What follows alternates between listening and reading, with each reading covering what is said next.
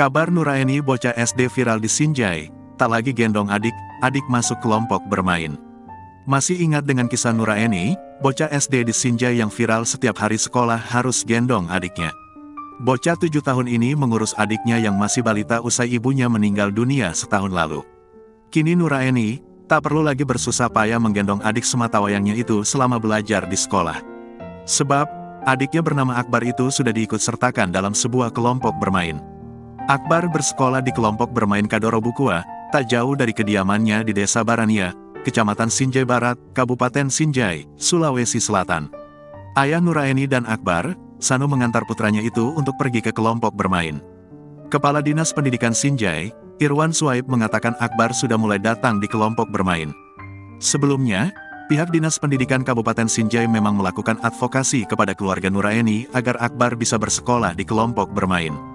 Hal itu dilakukan agar Nuraeni bisa fokus dalam proses belajar mengajar di Madrasah Ibtidaiyah Madoko.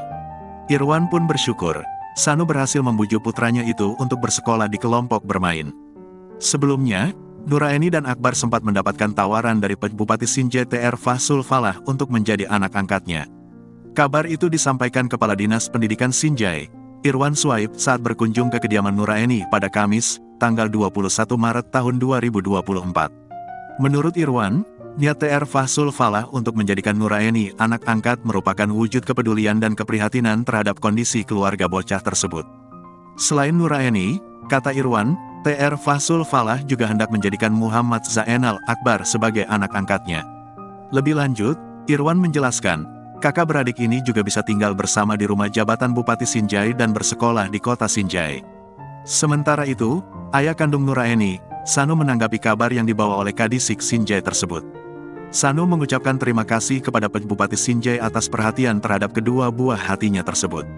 Kendati demikian, Sanu mengaku masih memerlukan waktu untuk mempertimbangkan keinginan TR Fahlul Salah tersebut. Terutama, jika kedua buah hatinya itu harus tinggal bersama Bupati Sinjai. Download Tribun X sekarang. Menghadirkan lokal menjadi Indonesia.